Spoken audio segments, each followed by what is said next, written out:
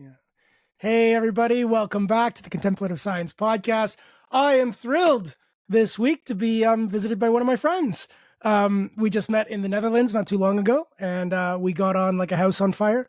And I'm excited to have him on the pod. He brings a really interesting stream to the contemplative conversation that I have. I have a very soft spot in my heart for the Judeo-Christian tradition. Today, we're going to be talking to Sam Shon-koff. He's an assistant professor of Jewish studies at the Graduate Theological Union in Berkeley.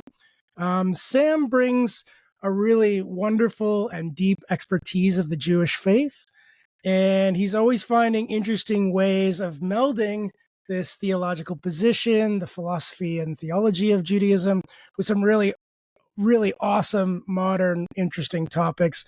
For instance, today I'm hoping we can get him to talk about psychedelics in Judaism.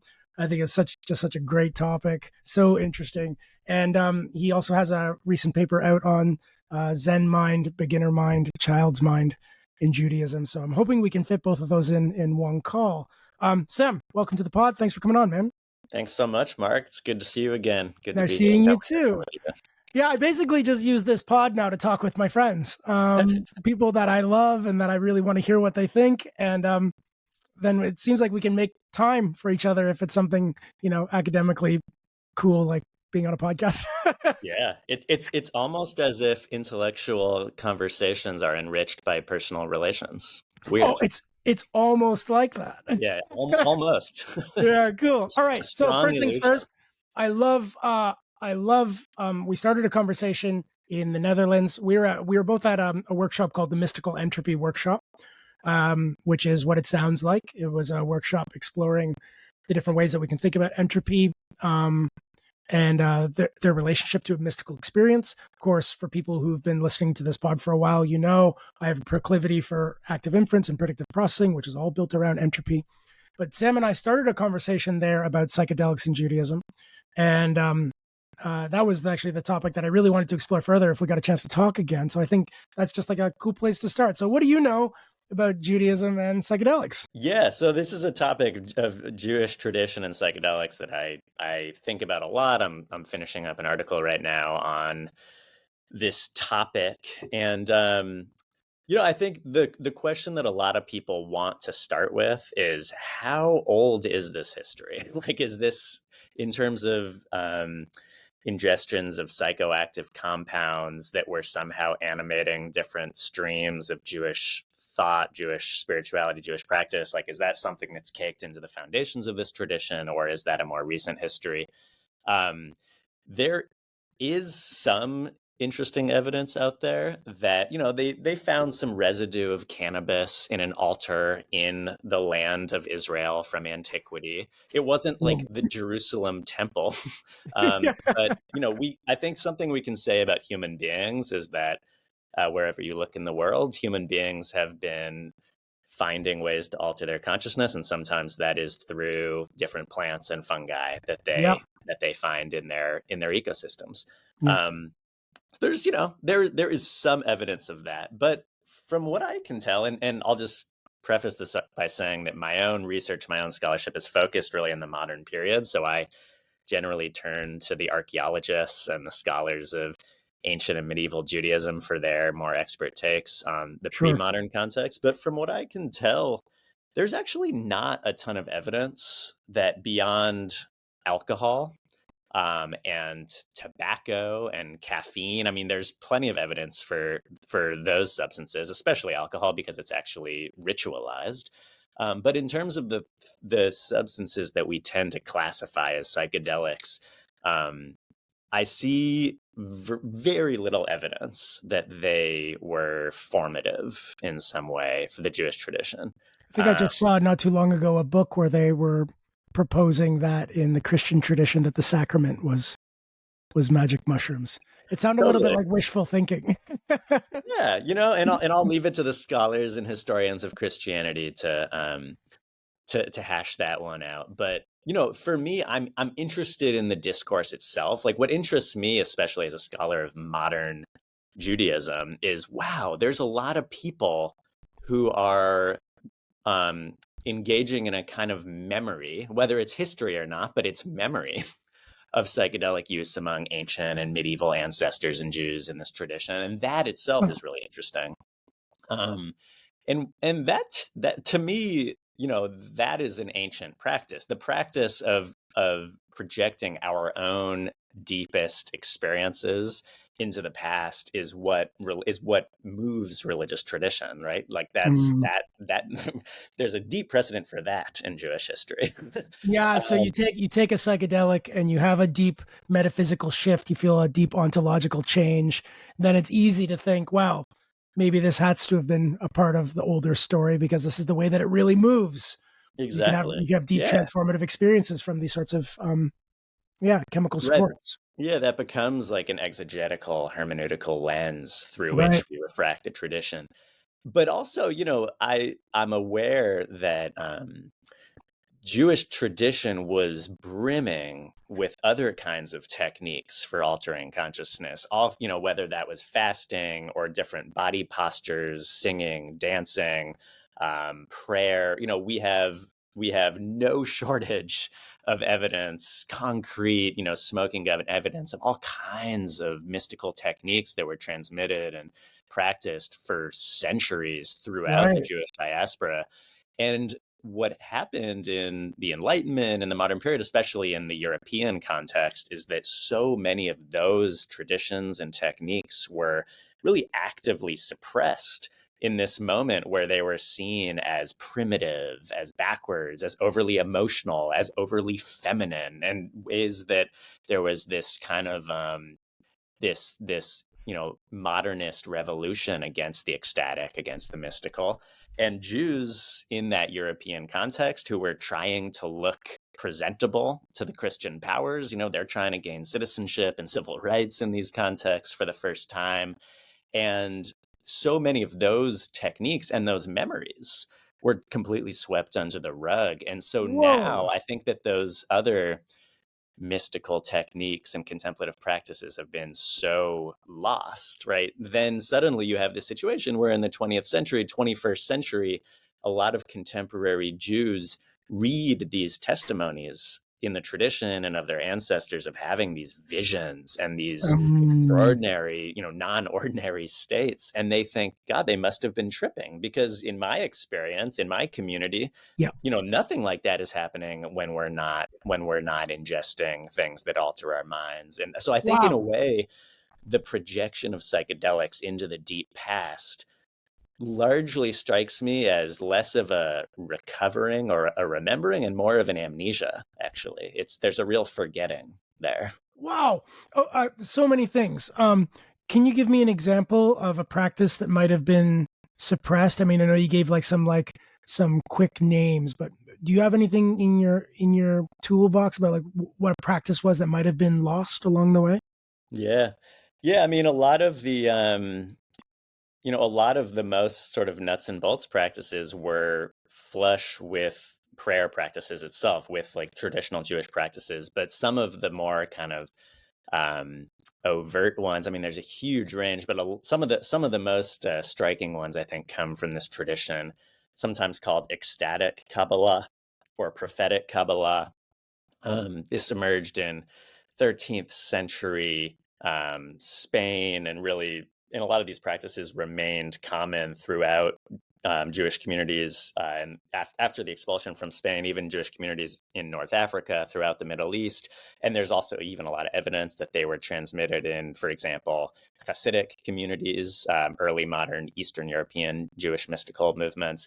And these practices often involve certain body postures, like the head between the knees, while sort of catalyzing the mind with certain kinds of visualizations of letters, of different permutations of divine names. These kinds of practices were often encouraged to be done in solitude, and especially in the middle of the night. So Whoa. midnight was a very auspicious time to wake up and seclude oneself, or if you're in the theosophical Kabbalistic realm, to get together with your spiritual companions, and in candlelit rooms, and to partake in these kinds of practices. but there's such ranges. In Hasidism, we have practices of somersaulting to sort of get yourself out of your head into a different state. Um, we have uh, different kinds. So a lot of them also stem from this general belief that has ancient roots, but also kicks into new gears in the Middle Ages. That the whole universe, at its most primordial, sort of primal level, is the letters of Torah. Mm. Almost like in the Matrix, when you kind of like see through the Matrix and you see It's that it's all all letters. letters and It's all numbers, letters and numbers. streaming down. That there's deep resonance in the sort of Kabbalistic Jewish mystical frame. So a lot of these practices also involve somehow tapping into the quote letters that Got are it. really like the most primordial element of existence. And those letters themselves spell out not only the cosmos, but spell out the ineffable, unpronounceable name of the divine. And a lot Right. of the practices in different ways, also involving fasting, involving singing, involving candlelight and different body postures and different breathing techniques, oftentimes orbit somehow around engaging with letters in this way, visually, audibly, vocally. So you've got a practice that for a very, very long time has had all sorts of technologies for changing consciousness so that you can investigate consciousness. And so I guess so that you can move beyond small mind into big mind and you can meet the divine. So no wonder in the modern movement, there might be some attraction to psychedelics.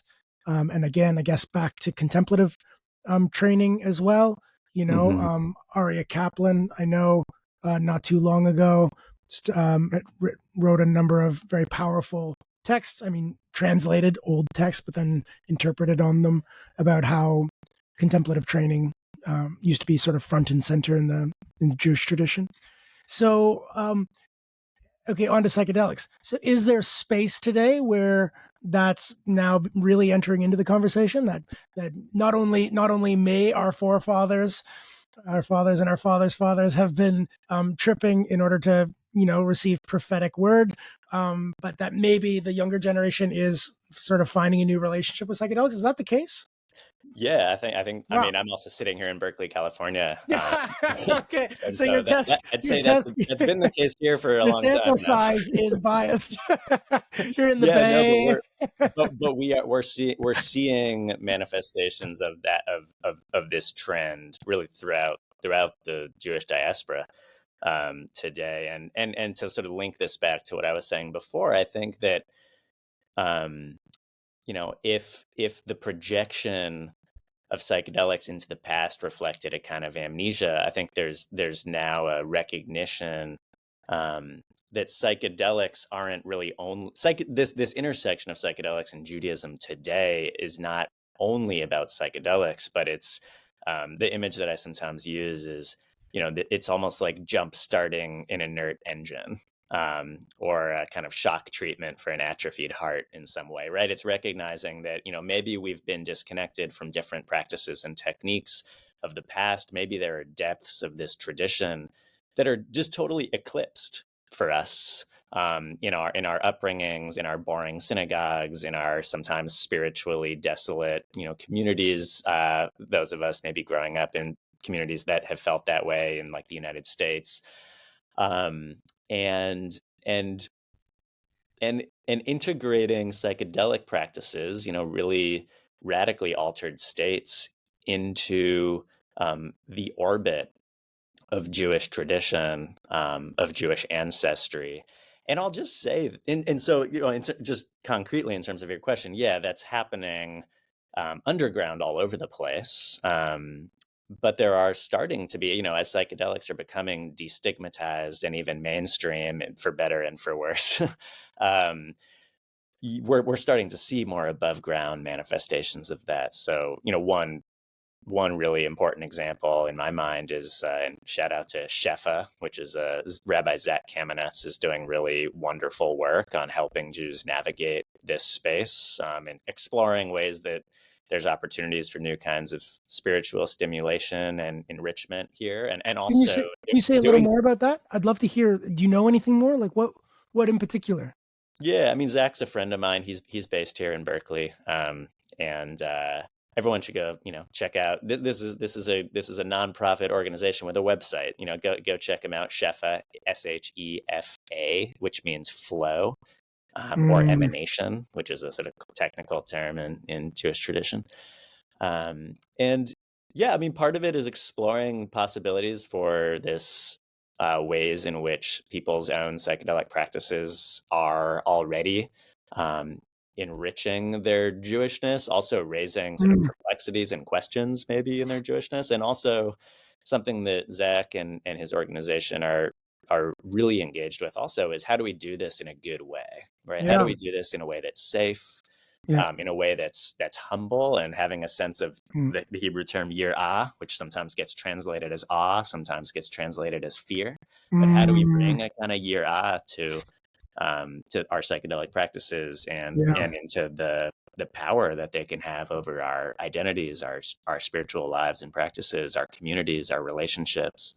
Um, and I think this it's not, in my mind, it is not simple. I No. think anytime you're taking um, a tradition of practice and integrating it with psychedelics, it's it's tempting to just regard this as something that is just going to be this sort of luminous confluence of powerful substances. But it's complicated, right? I think Yeah. it's, on one hand, it's complicated for the same reason that mystical traditions have always been complicated in their relation to particular traditions. On one hand, you'd be hard pressed to find any mystical tradition, especially before the modern period, anywhere in the world that is not sort of anchored in some particular cultural religious framework. Sure. But at the same time, those It breaks that experiences framework. can undermine those Yeah, it very breaks the structures framework. of Yeah, exactly. institutions and authorities, and that's Yeah, it's part the of what's holy. experience that burns down the structure.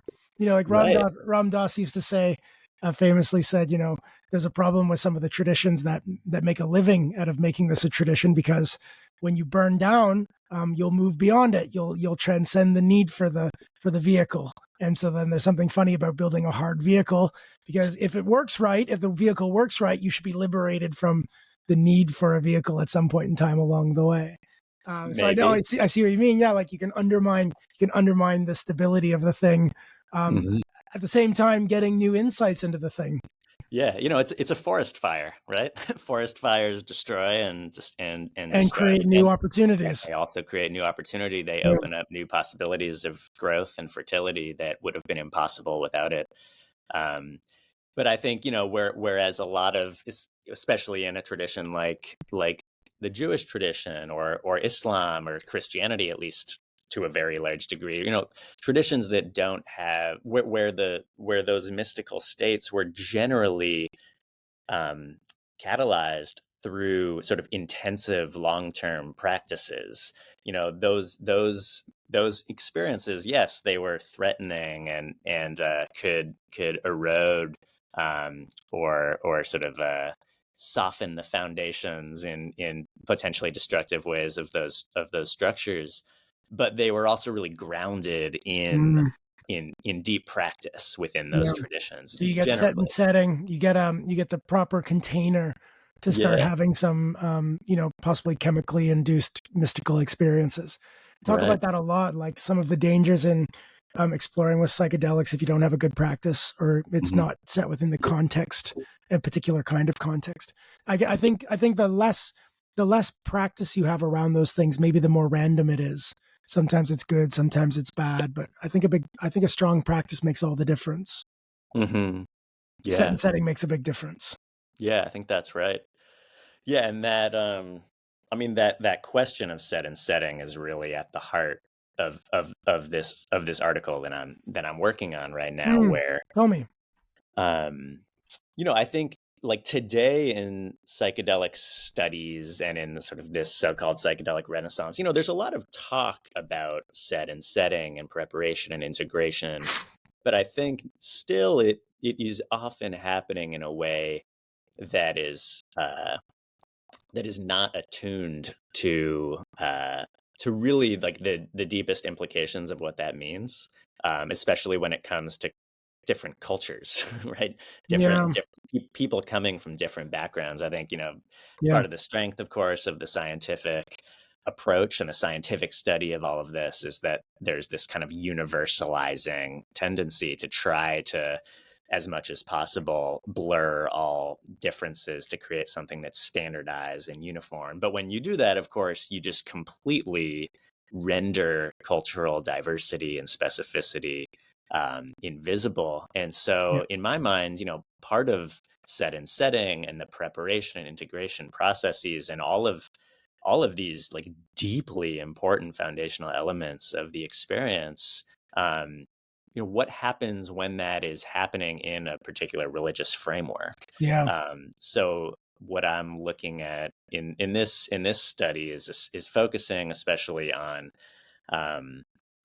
on the context of what's called neo-Hasidism. I mentioned Hasidism Mm. earlier as a Yeah. early modern Eastern European Jewish mystical movement. Hasidism was a 20th century born phenomenon of non-Hasidic Jews, usually relatively secular Jews, but not always the case, who are sort of drawing upon those Hasidic traditions for their Got own it. spiritual, cultural renewal.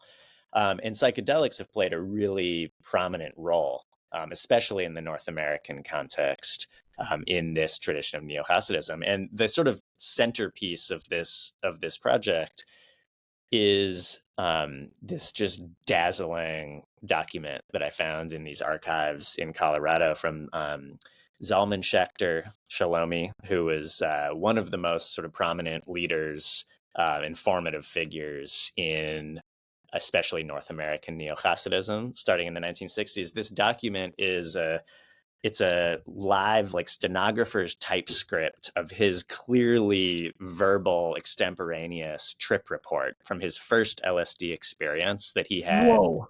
with Timothy Leary, strangely, Whoa. when Reb Zalman, as he's known, when before he had personally even left the Hasidic world. So he was still, at a sort of what we would generally call like an ultra orthodox Chabad Hasid himself, based in Brooklyn. Um, and what's interesting to me about the way he talks about this whole experience is the way that he wanted to have a Jewish LSD experience, right? Like that was Yeah.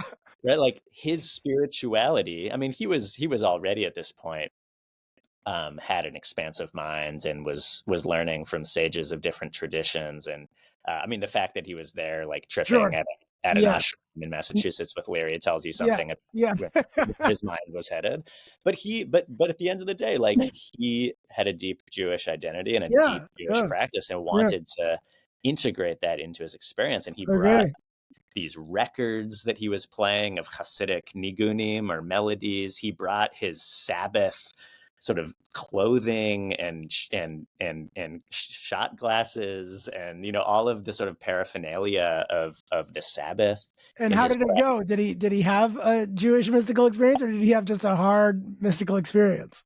So it's both, and I think that's Okay, what's so cool. interesting, right? Yeah. Like on one hand, you can see ways that these elements from his own cultural religious background were really like launching his experience in these different ways. Wow. It also helped as it helped him to go deeper into the experience. Like there's one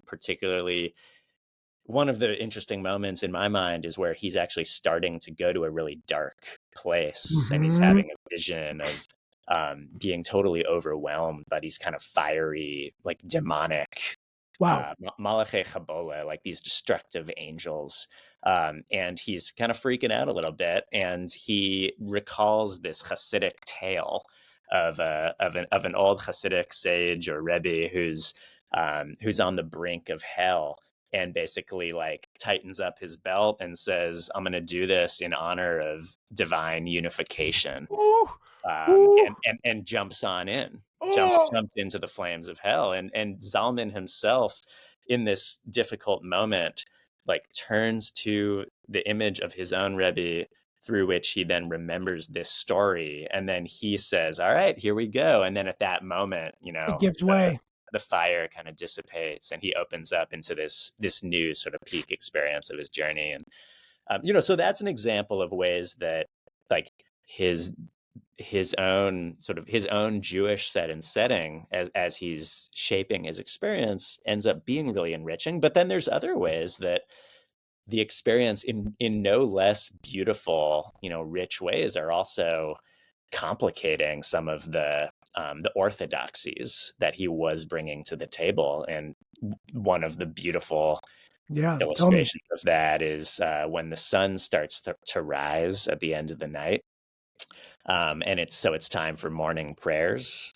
And he takes Timothy Leary along with him, because he's his travel companion that night. And he's like, come with me, it's time to daven shacharit. It's time to pray the morning liturgy. And he takes out his tefillin, or these leather straps and boxes, phylacteries, but instead of just binding them to his own arm and his own head, he actually binds Leary's arm to his arm. He wraps the tefillin around both of their heads. He takes his talis, or his prayer shawl, and drapes it over the two of them. So you can imagine these two men, cheek to cheek, arm to arm. And but then what happens is, not only does Zalman talk about just the words of this daily liturgy striking him in these just heart-stopping ways, in this state of consciousness he's in, where he can't just sort of rumble through all the words, because every word he just says is a universe unto itself. And so, that's arguably deepening, but it's also arguably distracting. But then he comes to these particular lines that are like, for hundreds of years have furrowed Jewish brows and made, a lot of people feel uncomfortable. There's evidence of discomfort with these lines going back into even the medieval period. That in the morning, where one says, thank God you did not make me a goy. And thank God you did not make me a woman. Right. So we see this deep ancient patriarchy and ethnocentrism that could be interpreted in different ways. But there's Reb Zalman having, in his own state, bound to Timothy Leary, where he's saying, thank God you didn't make me a goy, right? And he's literally bound to his spiritual companion that night, who's not Jewish. And he, in Yiddish, he's like, he just says, there's, what is a goy? Like, ich bin nicht kein goy. Like, I'm not a goy. He's like, what is a goy? And it's all just a game anyway. And he does the same thing with gender. He's like, what is a woman? Like, what is a man? Like, what is gender? These are all just games. These are all just garments. And so you can see ways that, on one hand, like, his own traditional orientation is deepening and enriching his experience. And on the other hand, you see ways that LSD itself,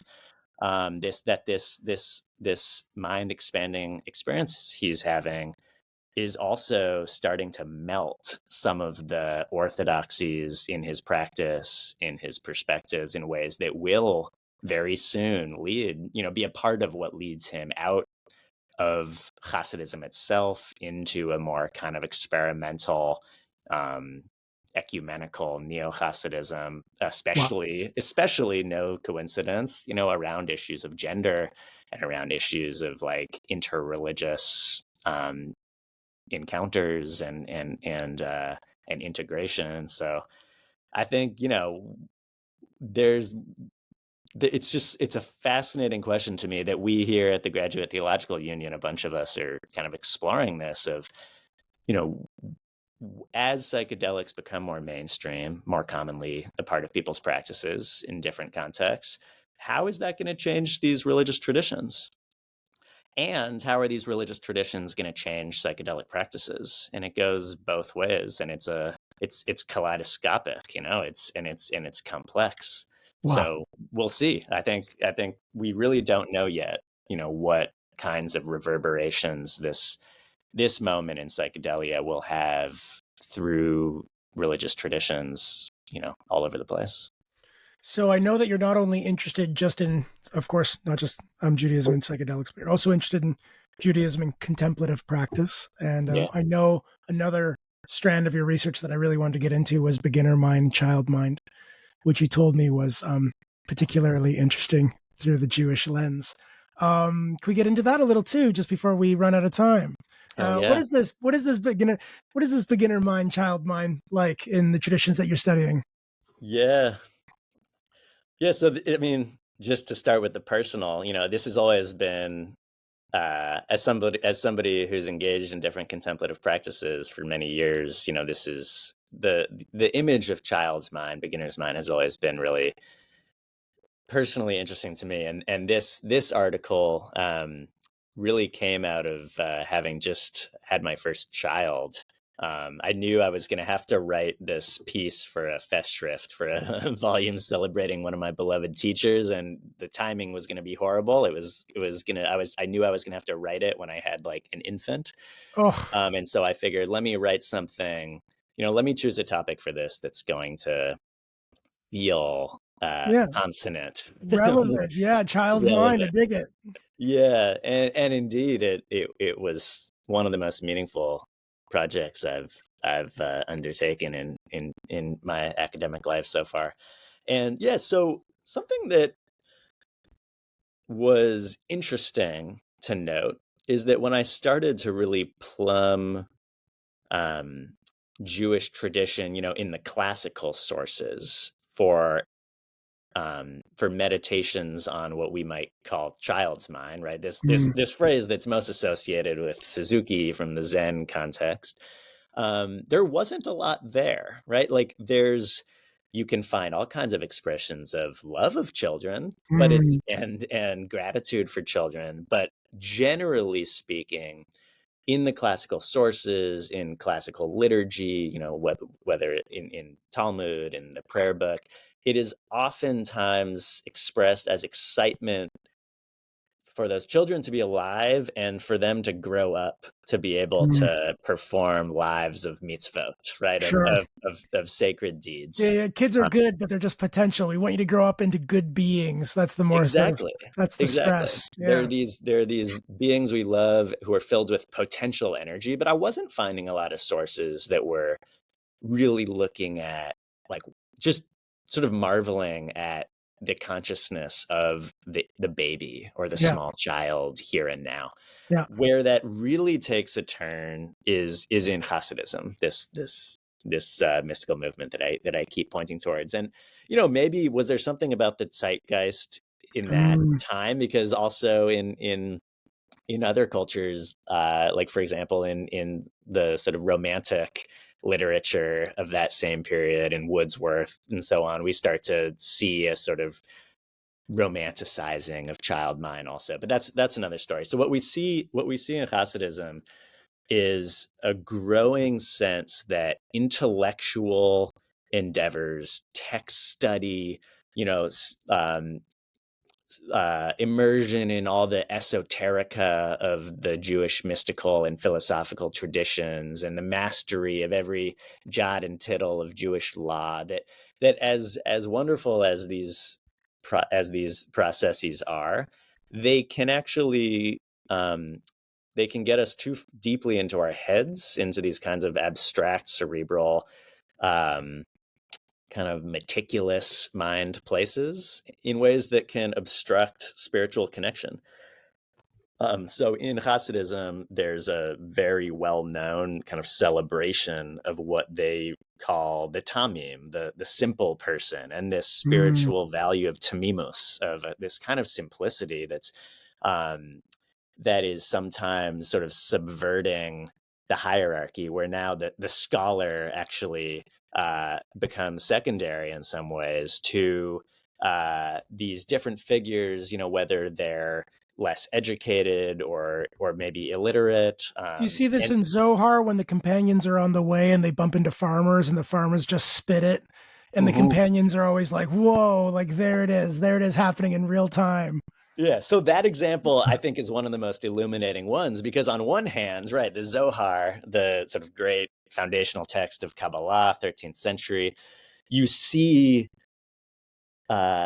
there's this literary pattern where Yeah, what they're called the chavraya, the companions, that's right. are walking on the way. They run into a donkey driver. They run into Exactly. sometimes they run in That's the one I'm thinking of, actually. I think yeah, we and just read that sometimes they not too run long into ago. like a baby, a yanuka, like a child, Wow. an infant, and the wisdom of Torah ends up coming from these unexpected, Yeah, cool. non-elite sources. But in the Zohar, what does that look like? It usually looks like No, they're elites. They're super elites. exactly. It's like, how does this baby The donkey know? driver knows it all. Yeah, exactly. They know it all, and that's the sort of surprising thing that Yeah, happens. that's right. So Yeah, in a that's way, right. it's still It's very saying, you intellectual might still find in a way. Torah in unlikely Yeah, that's places, but right. it's like it's still going to be this super bookish kind Yeah, of that's right. expression of Torah. Whereas Yeah. in Hasidism, there starts to be this excitement about actually the person who like maybe doesn't even know anything from the tradition, but has this like unfettered, spontaneous capacity for what they call devekus, of a kind of flushness with divinity. Mm. And so there's what I was looking at is, in addition to these descriptions of the tamim, the usually adult, kind of simple person of faith, there's also a lot of meditations on the child. Um, Mm. and oftentimes it comes in the form of adult Hasidim who are themselves in their own adult mind trying to tap into that child mind, right? So in some ways, just to sort of be so we see this discourse for what it is. It's in some ways it's less about children in some ways than about people like us who are trying to tap into that child mind. And then what are some examples of those practices? Do you know? Yeah. So How does one do that? How does one do this in the tradition? yeah.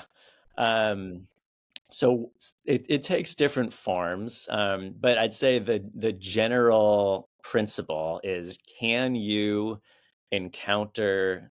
Let's say you're somebody who has been, undertaking the daily Jewish practices for decades of your life at this point.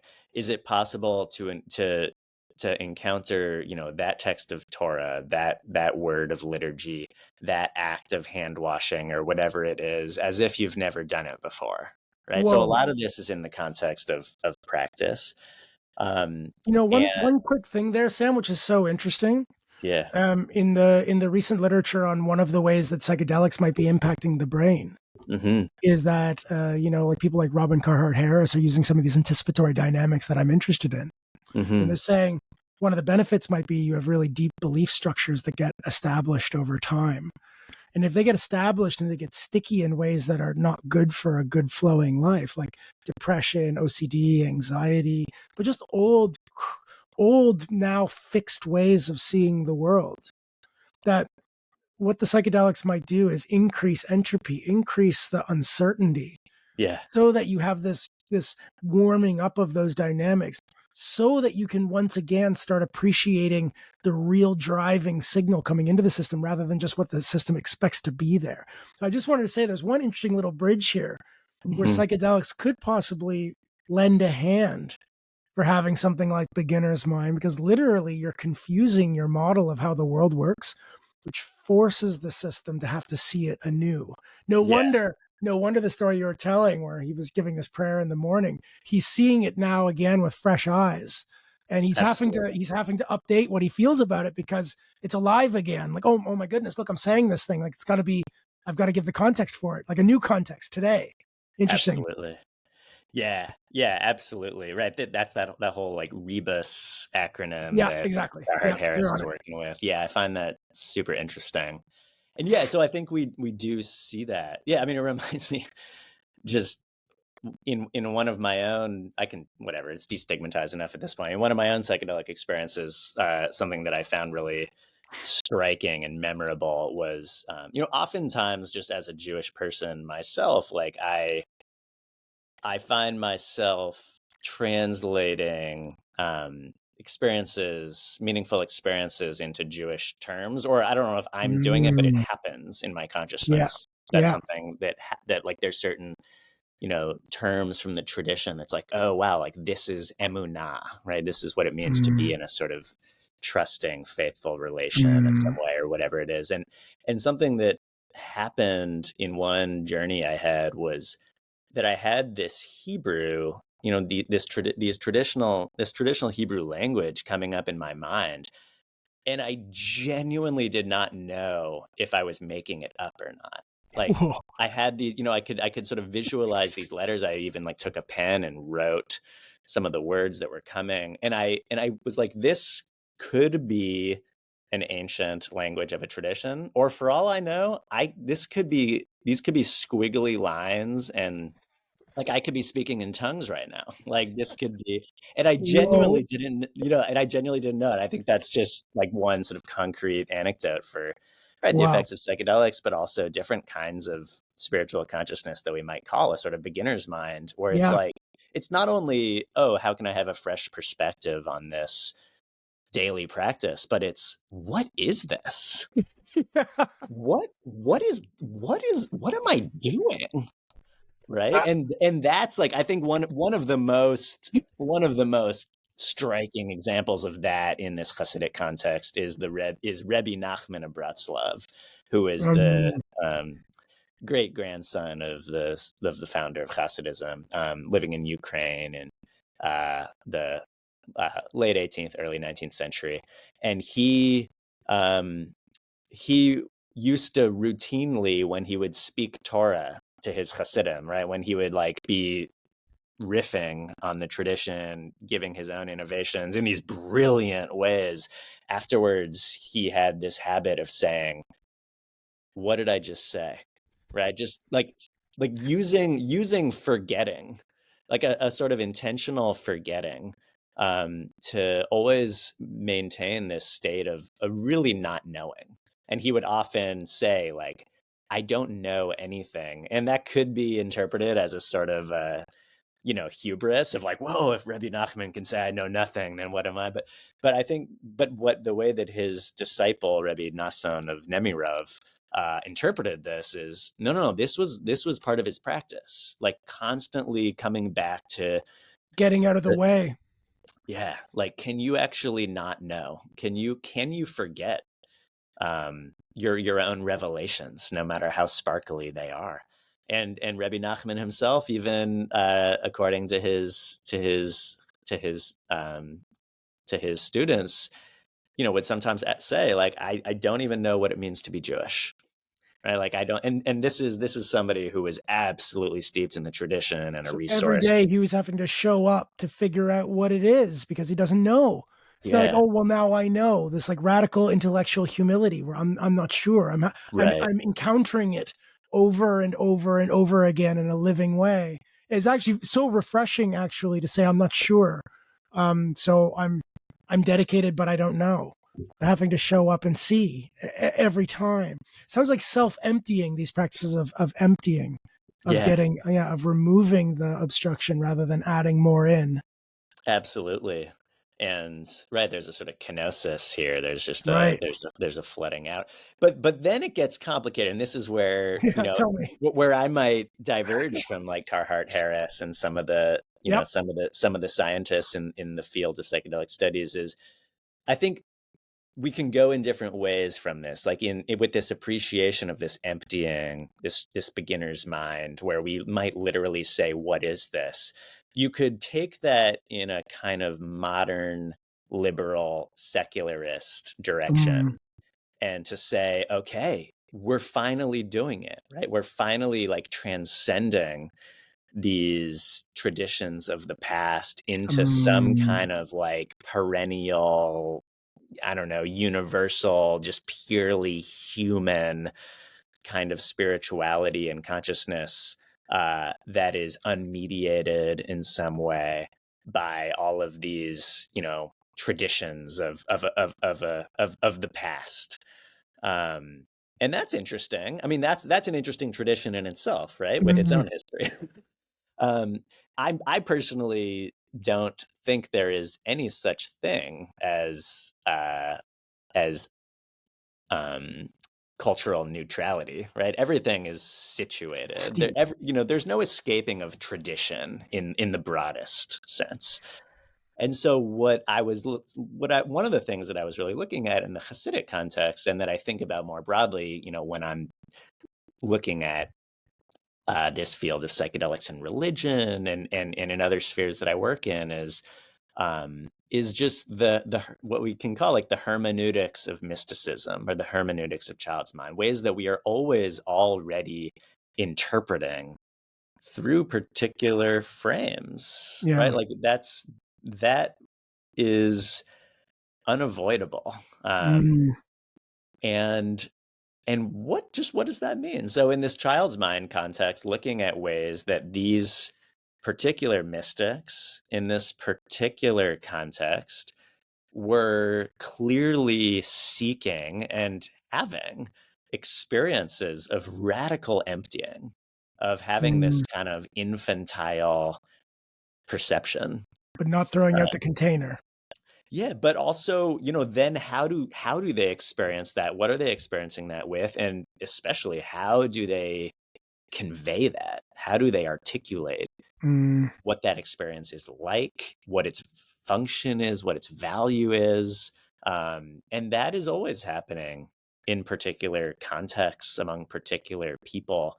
And sure, those kinds of experiences and aspirations might totally melt down and transform and reshape people's traditions, and that's awesome and that's interesting. But it's always, we are always already engaged somehow Yeah. in where we are, Yeah. and that tension, like that dialectic between emptying and being, Yeah.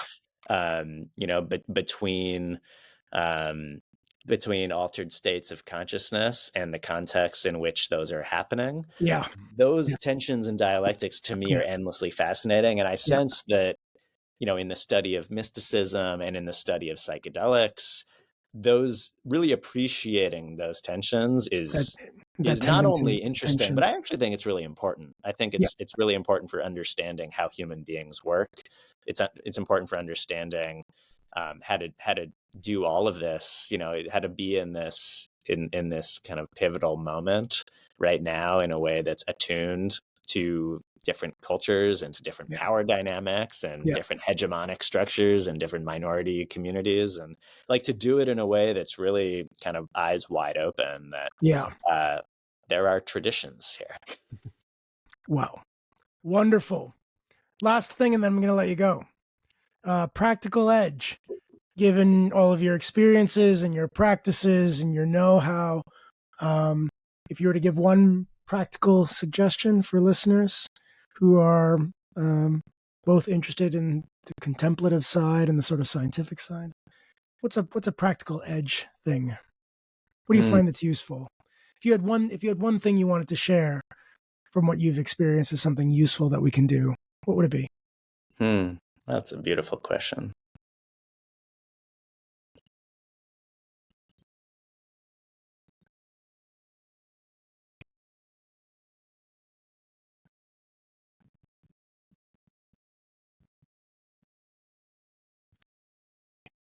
I would say to